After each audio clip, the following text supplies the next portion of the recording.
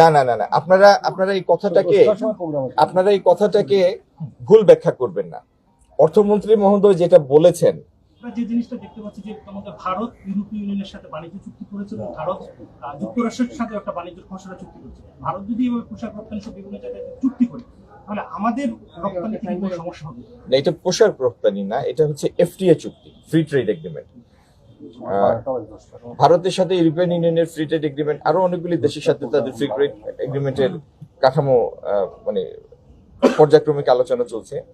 আপনারা জেনে খুশি হবেন, আজকে থেকে 2 দিন আগে, আজকে শনিবার, গত বৃহস্পতিবারে ইউরোপিয়ান ইউনিয়নকে আমরা আনুষ্ঠানিকভাবে এফটিআর আলোচনা শুরুর জন্য চিঠি দিয়েছি বাণিজ্য মন্ত্রণালয় থেকে।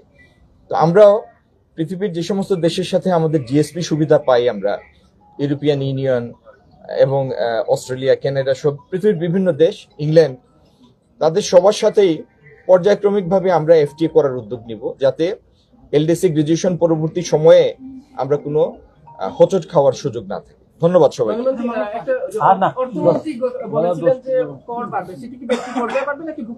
না না না না আপনারা এই কথাটাকে ভুল ব্যাখ্যা করবেন না। অর্থমন্ত্রী মহোদয় যেটা বলেছেন তার প্রেক্ষাপটটা হলো, বাংলাদেশের ট্যাক্স জিডিপি রেশিও খুব কম, 7.6%।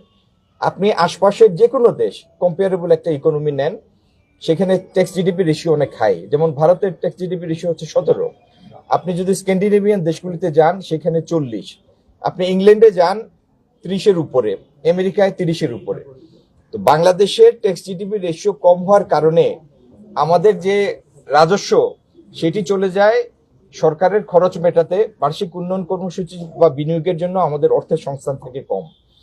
এই অবস্থা থেকে উত্তরণের জন্য এই দেশটাকে এগিয়ে নেওয়ার প্রয়োজনে ট্যাক্স জিডিপি রেশিও উন্নত করার প্রয়োজন। উনি সেই কথা বলেছেন, ব্যক্তি খাতের ট্যাক্স বাড়ানোর কথা বলেননি। ধন্যবাদ।